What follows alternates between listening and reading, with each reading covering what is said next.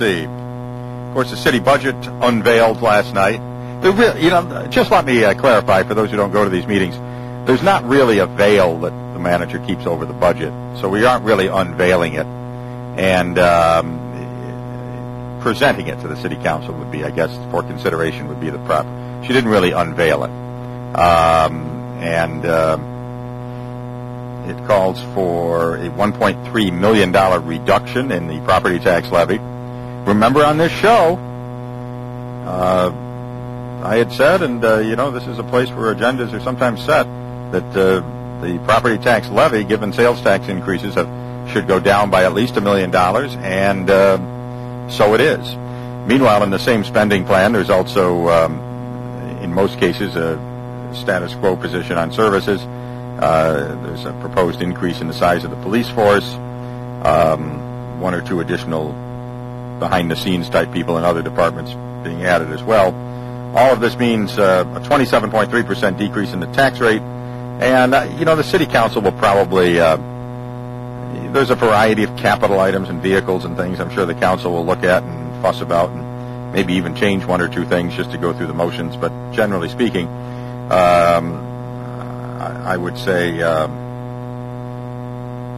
budget that decreases the property tax burden probably has a pretty good chance of approval. 755-1240, the phone number, if you'd like to give us a call to be on the hotline today.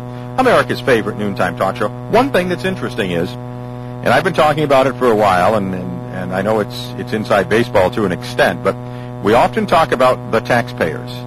At this point in time, if you take the general fund budget, that's the everything minus sewer and water, the general fund budget, only 20%, or 1 in every $5, comes from property taxes.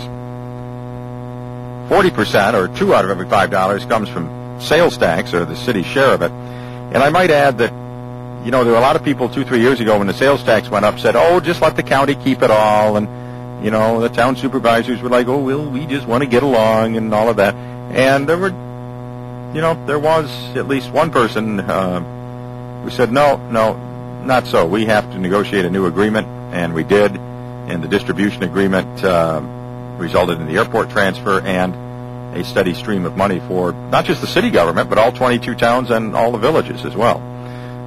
So that's why tax rates seem to be going down, although that doesn't mean you still have to keep pressure on local officials, because when money is relatively plentiful, there's certainly a tendency in some cases to spend it. But in this case, city taxpayers will be getting a break. Water and sewer rates will remain unchanged for the coming year, and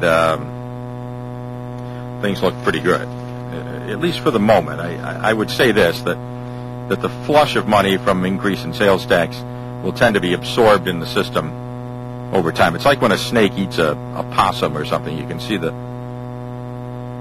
in the snake, and as it gets towards the other end, it gets thinner and thinner. So as it works its way through and is digested. But for now, the increase in sales tax is providing what I think some people wanted, and that's a decrease in property taxes. And hopefully that trend will continue. 755-1240 is our phone number if you'd like to give us a call to be on the hotline today. America's favorite noontime talk show is on the air.